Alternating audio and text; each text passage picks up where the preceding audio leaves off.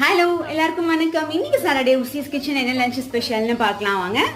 இன்னைக்கு வந்து சுட சுட சாதம் ரெடி ஆயிடுச்சு. ஆவி பறக்க குழம்பு வந்து பார்த்தீங்கன்னா பச்சை பயிறு குழம்பு, ரசம் எப்பவும் போல ரசம், தயிர் வந்து புறவுத்தி வச்சுருக்கேங்க.